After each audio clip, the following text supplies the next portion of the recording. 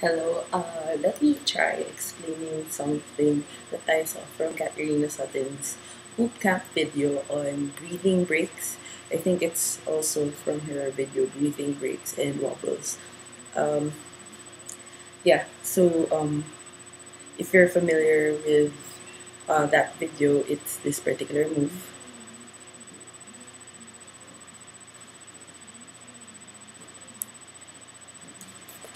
Oops, yeah, something like that. Uh, I tried sharing this move during a couple of hoop jams and spin jams.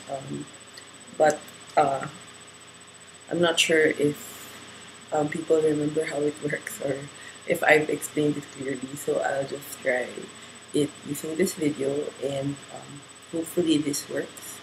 And if this is actually a good tutorial, well then Merry Christmas to everyone. Anyway, for starters, um, I usually think of it.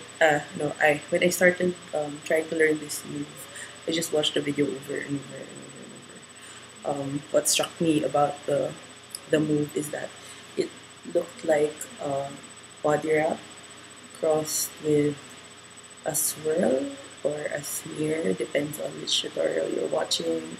I think it's Dian Love who calls it the swirl, and I think Audrey Scherer calls it a smear or something like that. And because of the hands guiding the hoop towards a wobble, I guess it reminds you of a paddle. But yeah, uh, okay. So body wrap looks like this. The hoop is outside your body, and it's basically moving from one shoulder to the other. Oops. A swirl or a smear is also off your body, and it is around diagonally. And your arms are basically swirling around, and it's really easy. Now, the thing is, that particular move that I just showed earlier is is closer to your body. So, uh, it's like this. Again, for demonstration.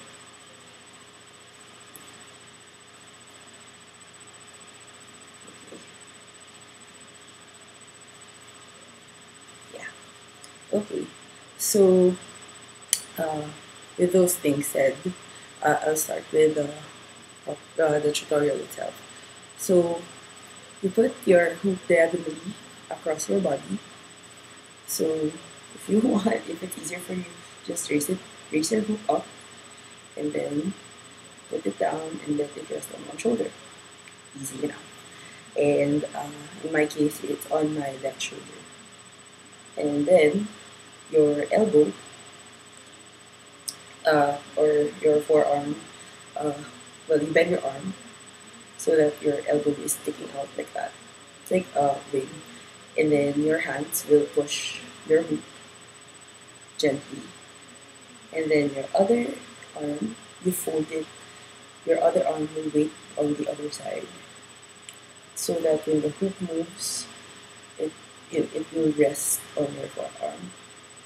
And then you kind of, what I do is I kind of raise it up to my lips using my hands like this. Not really gripping it, just letting the hoop be in contact with the palms. And then push it again like that. Wait for it and then push.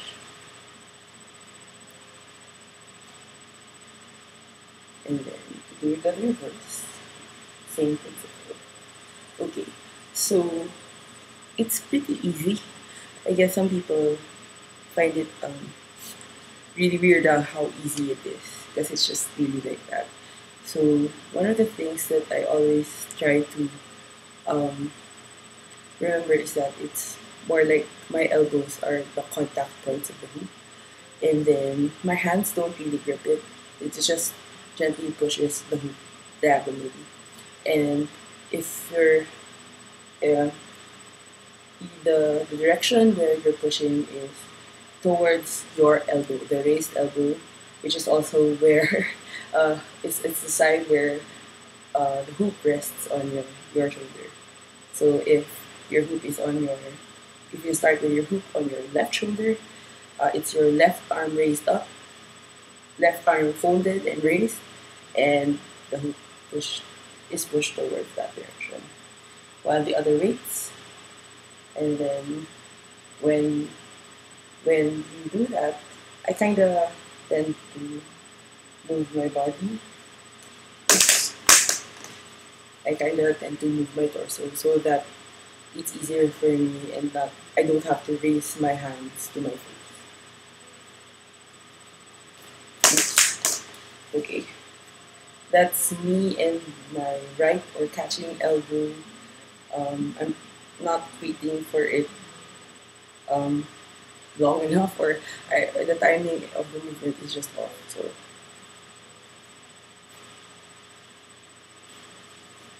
and then if you're going to the right side, make sure that it rests on the right side of your body, around your forearm, elbow, and your wing, so to speak. And then push. And then your left wing will wing. And then the palms or wrists in front of you will push towards the right again. And push. Just wobbling. And you can wobble with it if you want. Now you can, once you are able to do it in both directions, you can do reversals anytime. So I can do it like this, in this direction first. And then once it's raised up, I now push to the right side. Like that. So it's not really something difficult to do if you just remember those things like the contact points and the direction.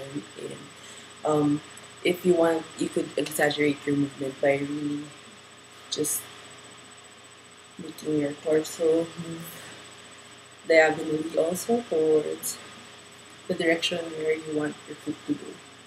So it depends on you if you just want to do it in a certain way or not.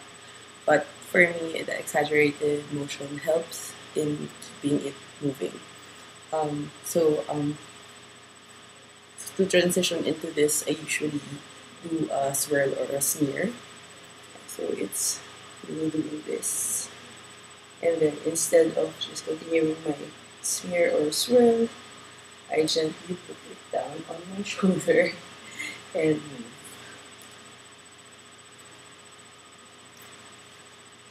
Or I guess you can do a body wrap. Or I'm not sure, but for me the swirl or the smear is the easiest and most natural way of transitioning. But I suppose if you're doing a body wrap, maybe you could insert your arm like that, and then I don't know, just try to play with it until it's on your body. Maybe you could just fold it or do a whip like that, and then just push. Oops, just push. There. I don't know. So I'm not sure if it's very helpful, but if it worked out for you, let me know. I'm not sure really what to call it. Talia suggested that I call it the stork because of the wings or your elbows being raised up like that. So yeah. Thank you for watching.